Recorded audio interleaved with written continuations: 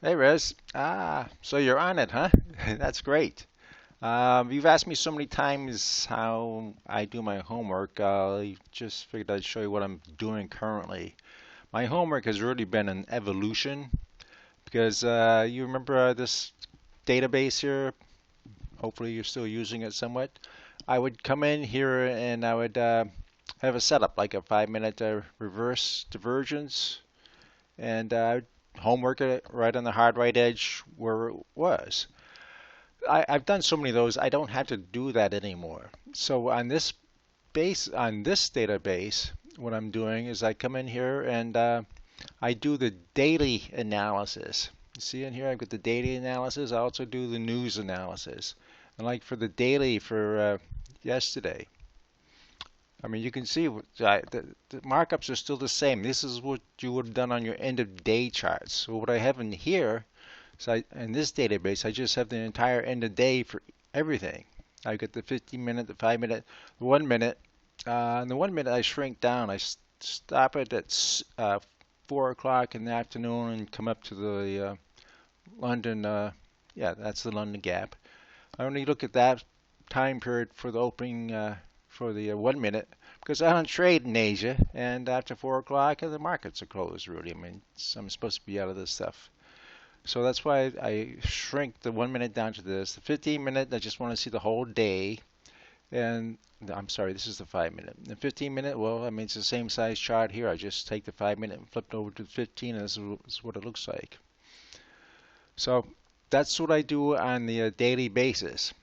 Now then, what I do during the day, the charts I showed you, I do them pretty much as the day evolves.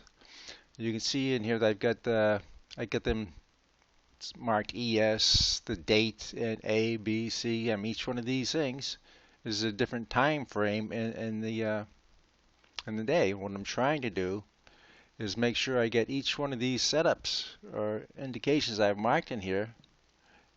I want to make sure I've got those involved in this. So like this one right here, you can see down here, 6 o'clock in the morning, 4:45. Right in here, we had a 50-50 on on the day. Where the heck is that? Let me see here. Sorry. Ah, here it is right here. Okay, so I've got that thing marked, and I also have the 5 minute bounce in here. I think, yeah, I took that trade yesterday. So I've got a homework in here. And what I do on these charts is I like to wait until the thing is played down and we get the reversal off of it. And then I save the chart and I start marking it up. And I like to mark in here as far as how far the thing goes, so I have an idea. Like on these little reverse divergences in here, I want to know how far they go. They go 20 to 32 pips. 20 is the first one here, 32 comes down to there. So I have an idea how far to set my targets on these things. All right, so then I've got each one of these, each time period, each setup I've marked in here. Like in here we have the IDR, that's a push two down. We came all the way back up in here and did our whipsaw. You can see it in here. We got one down, two, and there's our whipsaw. I'm sure you remember that from yesterday. And so I've got that in there. And you say, how do I do these things on the, I think it was on this one here. I probably took this trade. I think this one or this one, you get the 50 pips on. You say, how do you do it? Well, this is how I do it. It's a hector vector. And so what I do is I've got all these charts in here, and then what do I do with them? I store them in a separate folder. I've got an external hard drive. I come over here, day analysis, and I come down to my setups, and I look at ES. Now, as you see in this ES folder, I've got all the different setups that we look at. I look at the 1 minute baseline bounce, 1 minute RD, 1 minute bounce, which is similar to the 5 minute bounce, which is similar to the 50-50. Then you get the three Ps. Then I get them differently for the 5 minute and 15 minute. And then down here, I've got all the different um, formations of the different movements. Then IDR, male bounce. I got P1 and P2 pullback. Tracking, I don't remember what that is. Then I got the whipsaw, the whip zone, the XBS, that's the extreme band swing. Then I have the beyond bands. Remember when I showed you with the, well, let me see here. I'm going to find it in here. Beyond bands. Do we have it marked in here? Not on this one. Ah, nope. Oh, right here. Okay. See how the both bands are beyond the 50 line? And it came down, shock band outside, and came up? That's a beyond bands. Band whip is just went from one end to the one side of the band to the other side of the band. Like we have the same thing here, from here to here. So I don't know if it's going to prove out anything to me, but it's of interest. Some things happen there, so I just want to see what's going on. So what I do is I'm shrinking this down so I can just put it all on one screen here. Is okay, I take this, and for each one of these things I see on this chart, I'm going to put that chart into one of these folders over here. Like right here, starting off, we see the whipsaw. So I just grab this and bring it over. Whoops, what happened? Well, maybe I can't quite do it that way. Might have to open this up more. So if I grab this, come over here. Huh? Sorry, let me see. Okay, I'm going to have to get it so the, all right. Here we go. From here, bring it down to the whipsaw. Now if you notice, it's in here now. You come down to the end down here, and here it is.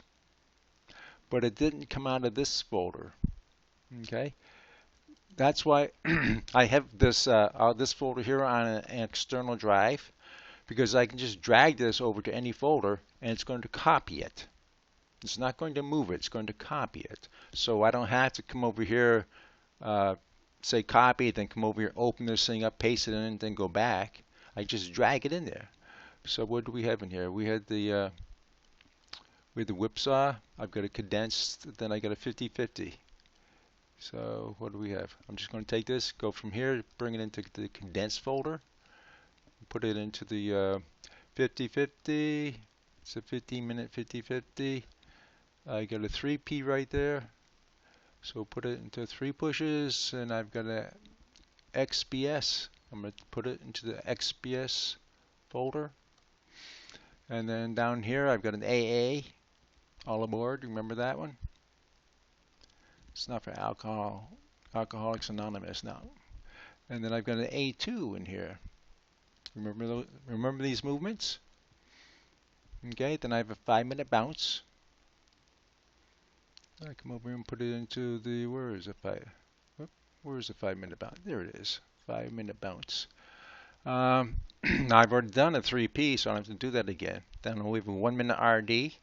I just grab this, put this into the 1-minute RD folder. Let me see. IDR. Put it into the IDR. Where's the IDR? Here it is.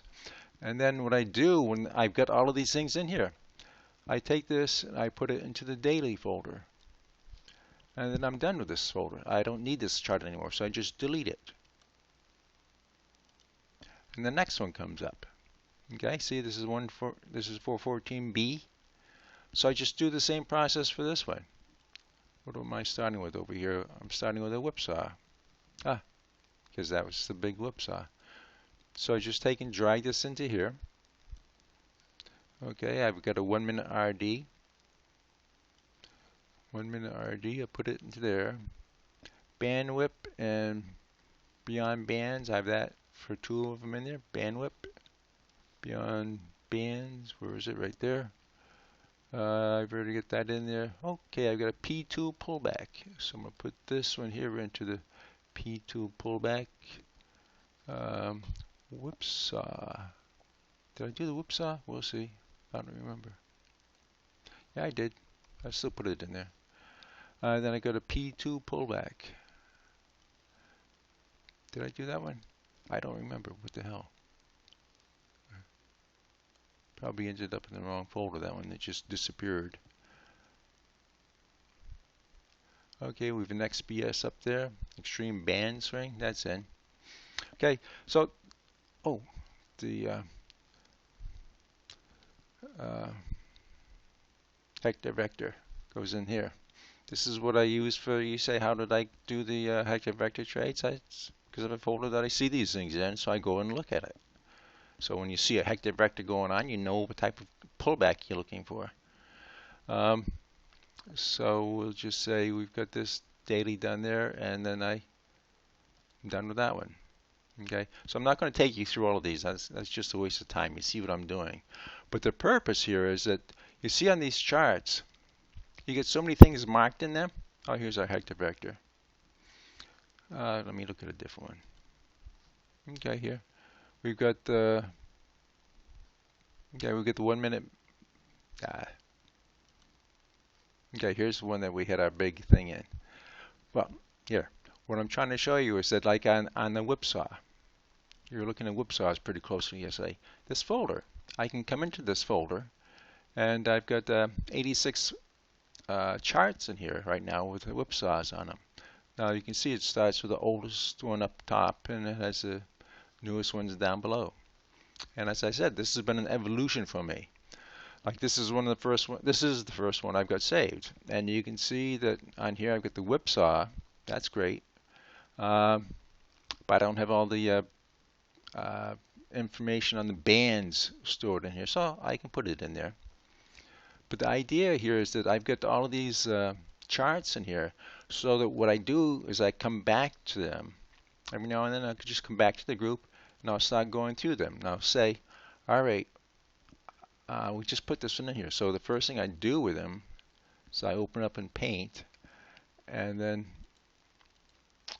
I put a yellow box around the thing that I'm looking for, the folder that it's in, so that when I open it up, the next time I open this chart up or look at it, my eye will be immediately drawn to this, because that's what this folder is all about, is whipsaws. Like on this in here, I should do this in too.